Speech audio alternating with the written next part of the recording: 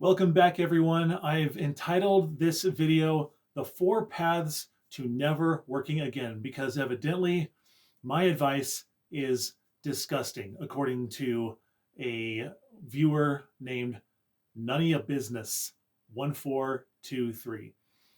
And the comment that None of Ya Business left under one of my videos was, work 3 jobs, 24 hours a day.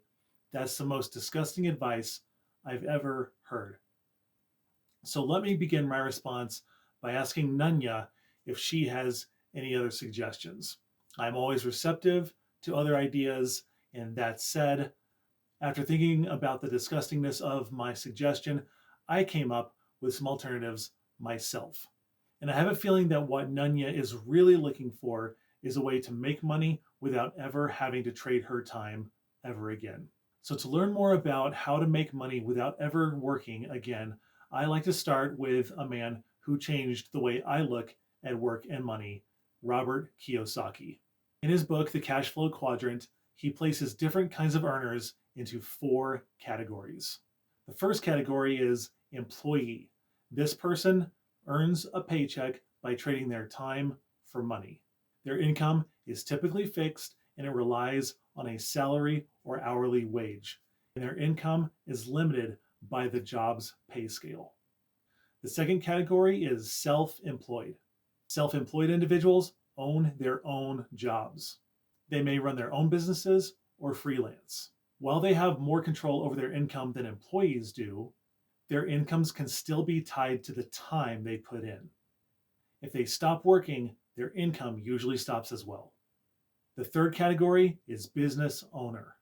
This type of earner owns a system or a business that generates income without requiring their constant presence. Business owners can leverage other employees and systems to work for them, allowing for greater income and scalability. And the fourth category is investor. Investors generate income through investments, such as stocks, real estate, or other assets. Their money works for them, and they can earn passive income without directly trading their time for money. This type of earner has the most potential for earning wealth over time. Kiyosaki emphasizes the importance of moving from the right side of the cash flow quadrant, employee and self-employed, to the right side of the cash flow quadrant, business owner and investor.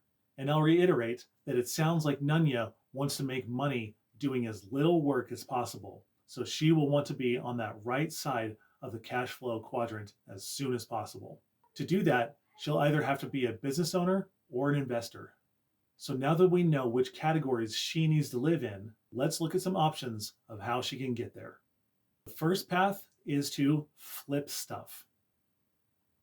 The game is simple. It's called arbitrage. Get a hold of something and sell it for a profit. In other words, buy low, sell high. Do you remember the show American Pickers? This is all they did. They found unique items they thought would have value for others, bought at a discount, and then resold them for a profit.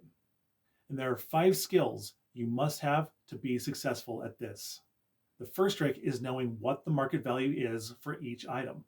This will help you know what the maximum purchase price is that you can buy it for so that you can resell it for a profit. Secondly, you have to be able to negotiate the price down. Thirdly, you have to be willing to walk away. The person that wins in negotiation is the one who can say no. If you can't get the item for the price you want, it's not worth overpaying and eroding your bottom line. The fourth skill is knowing if there's a buyer and who that buyer is. Obviously, you won't want to buy something if you don't believe that there's someone else out there who will pay money for it. It's the same principle as buying a Christmas gift for someone. Imagine that you're looking for a specific gift for a specific person. Alternately, you may find an abundance of items that could be popular if they're restored to good condition and marketed well. That leads us to the fifth skill, which is to be able to market and let potential buyers know the item is for sale. Craigslist, Facebook Marketplace, Etsy, Poshmark, eBay, and Mercari are just a few of the online resale platforms you can market and sell your products on. If you find the right niche, this can be a very lucrative venture. While this technically places you in the self-employed category and requires you to trade your time for money, You can move into the business owner category if you hire a 1099 contractor to do the work for you. This is a low-cost way to delegate labor without all the legal responsibilities of a W-2 employer. The second path also allows you to move into the business owner category by not requiring you to trade your time for money. You can do this by renting out your stuff. Rent out your car on Turo or Getaround. Rent your extra room on Airbnb.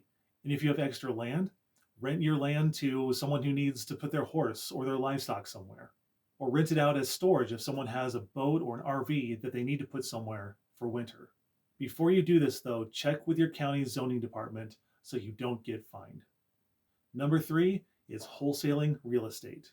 This can be a great way to get into real estate with very little money, and it's another way to begin building a portfolio of income generating assets and move your way into the investor category. This is a controversial one for myself because wholesaling can make the seller very vulnerable to damaged credit if the end buyer doesn't make payments on time. You can hear all about my experience on a video I entitled The Nightmare Property. I'll leave a link in the description below.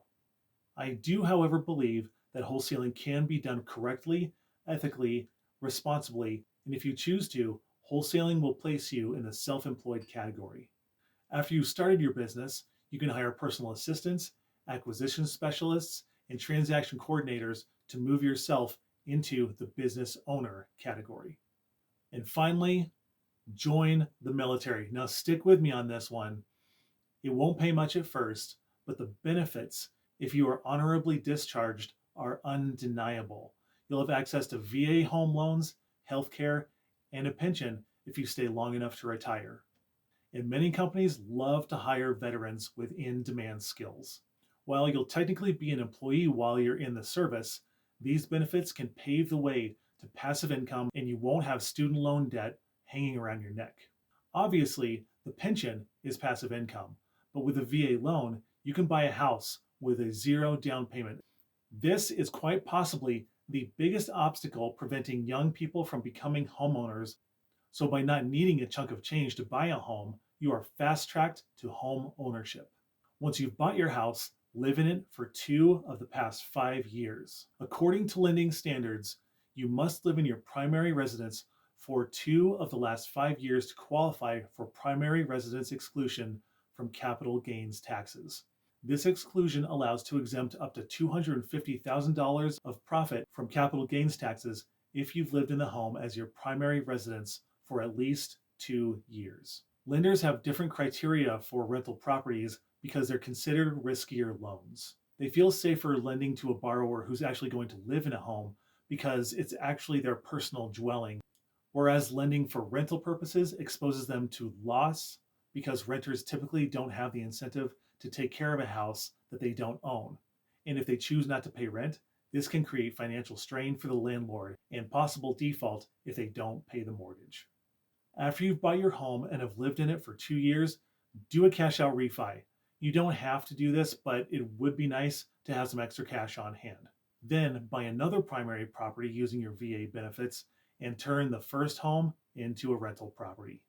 Once you've accomplished this, you can now live in the investor quadrant and not have to trade as much of your time for money. I've only included joining the military in this equation because of the incredible VA benefits. But you could also save up a down payment using the other 3 methods. So Nunya, if you're watching, I hope this advice was a little less disgusting than that which I offered in the previous video. And I hope you're able to put some version of them into action because I truly do want you to get ahead. On that note, thanks for watching. Remember to like, subscribe, comment below, share this with someone else, and don't give up when you can get ahead.